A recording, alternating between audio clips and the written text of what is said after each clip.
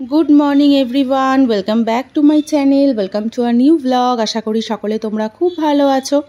আর সকাল এখন 8টা বাজে। আমি এসেছি, জানলার সামনে দাঁড়িয়ে আছি, কারণ হাজব্যান্ডকে বললাম একটু বাজারে যাও। আজকে আমি একদম রান্নাবান্না করিনি, জানো, অন্যদিন এই সময় রান্না হয়ে যায়। ওকে পাঠিয়েছি বড় বাজারে মাছ আনতে, ও মাছটা নিয়ে আসুক। ততক্ষণে আমি এই যে সবজিগুলো ধুয়ে নিয়েছি, কালকে যে বাজার করেছি সবজিগুলো, তখন কালকে রাত্রে এনার্জি পাইনি গো ধোয়ার। এখন সবজিগুলো ধুলাম, এরপরে রান্না স্টার্ট করব। আর এর মধ্যে যেন করলা ছিল, মানে উচ্ছে যেটা, সেইটা হচ্ছে আমি ভাজা বসিয়ে দিয়েছি। তো উচ্ছে ভাজা হোক, আর একটা পাঁচমিশালি পাতলা করে একটা তরকারি করব। কুমড়ো, আলু, সজনে ডাঁটা, ঝিঙে, মানে একদম পাতলা করে কম মশলায় একটা তরকারি বানাবো। এই গরমের মধ্যে না কিচ্ছু ভালো লাগছে না। যত তেল কম মশলা দিয়ে মানে রান্না করা যায় ততই ভালো। তো এই রান্নাটা হতে হতে ও মাছ নিয়ে চলে আসবে। তো আমি একদম মাছ তারপর রান্না করব। আর আজকে বাজার থেকে নিয়ে এসেছি ইলিশ মাছ। মানে আমি বলেছিলাম যে বড় বাজারের মাছটা তো খুব ভালো, একটু মাছ নিয়ে আসো। তো ইলিশ মাছটা ধুয়ে নিয়েছি, আর এখানে একটা মশলা বানিয়েছি। এর মধ্যে আছে সর্ষে, পোস্ত, কাঁচা লঙ্কা, নুন, হলুদ সব কিছু দিয়ে একদম পেস্ট করে নিয়েছি। আর মাছটার সাথে মশলাটা ভালো করে মাখিয়েছি।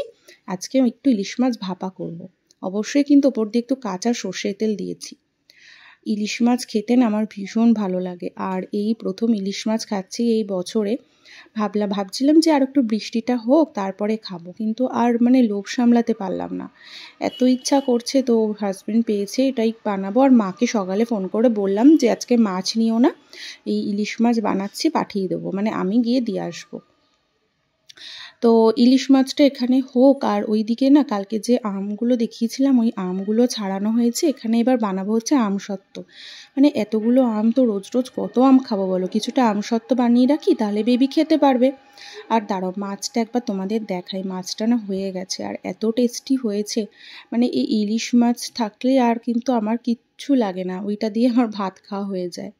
তো যাই হোক, এইটা থাক। আর সাথে পাশে বানাচ্ছি হচ্ছে একটু ম্যাগি, যে সবজি ভাজা বসিয়ে দিয়েছি। তো রোজই তো এত আম খাওয়া হচ্ছে, ব্রেকফাস্টে ভাবলাম কি আজকে একটু ম্যাগি বানাই।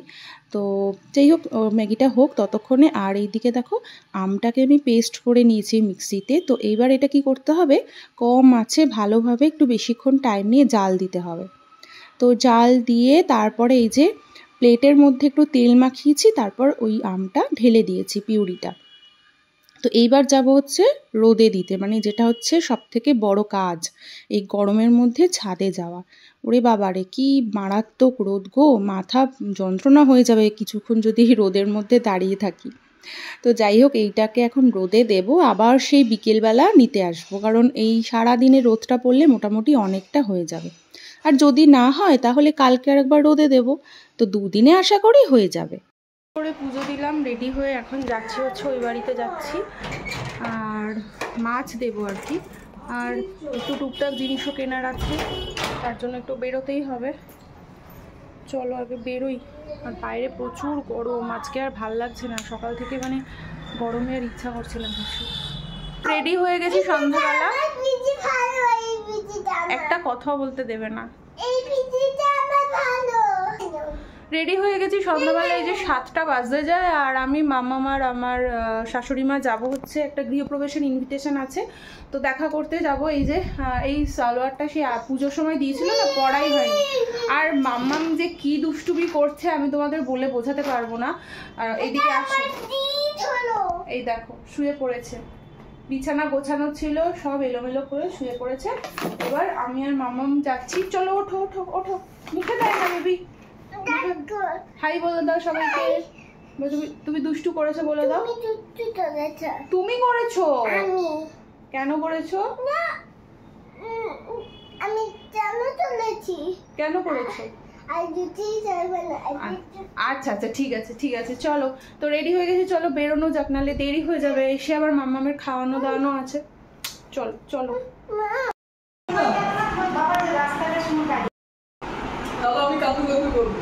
দাদুভাই আমি নিচ্ছি দাদুভাইয়ের জন্য আনবে না, বললো রসগোল্লা নিয়ে আসতে। চলো চলো, দাদু যাবে না, তুমি আমি ঠাম্মু বসে। তো তো এখন নিমন্ত্রণ বাড়িতে যাব, ওই গৃহপ্রবেশের নিমন্ত্রণ। তো এখানে আমি মাম্মা শাশুড়িমাই যাচ্ছি। তো এত গরম পড়েছে না, বিশ্বাস করো, মানে জামা কাপড় পরে সেজে গুজে যাবো সেইটা পর্যন্ত ভালো লাগছে না, মানে অস্বস্তি লাগছে।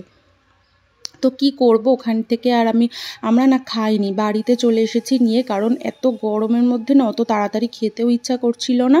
তো এখন হাজবেন্ড আমি দুজনে মিলে খেয়ে নেব। আর এই যে আমগুলো যে মানে ধুয়ে রেখেছিলাম, বাদবাকি আমগুলো এখানে শোকাচ্ছে। আর এই যে খাবার ওরা দিয়ে দিয়েছে পার্সেল করে, আলুর দম, ধোকা, চাটনি, মিষ্টি, পায়েস, অনেক কিছু, কিন্তু মানে গরমে না কিছুই খেতে ইচ্ছা করছে না।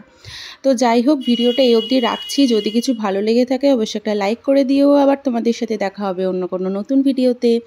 সবাই খুব ভালো থাকবে, সুস্থ থাকবে। টাটা।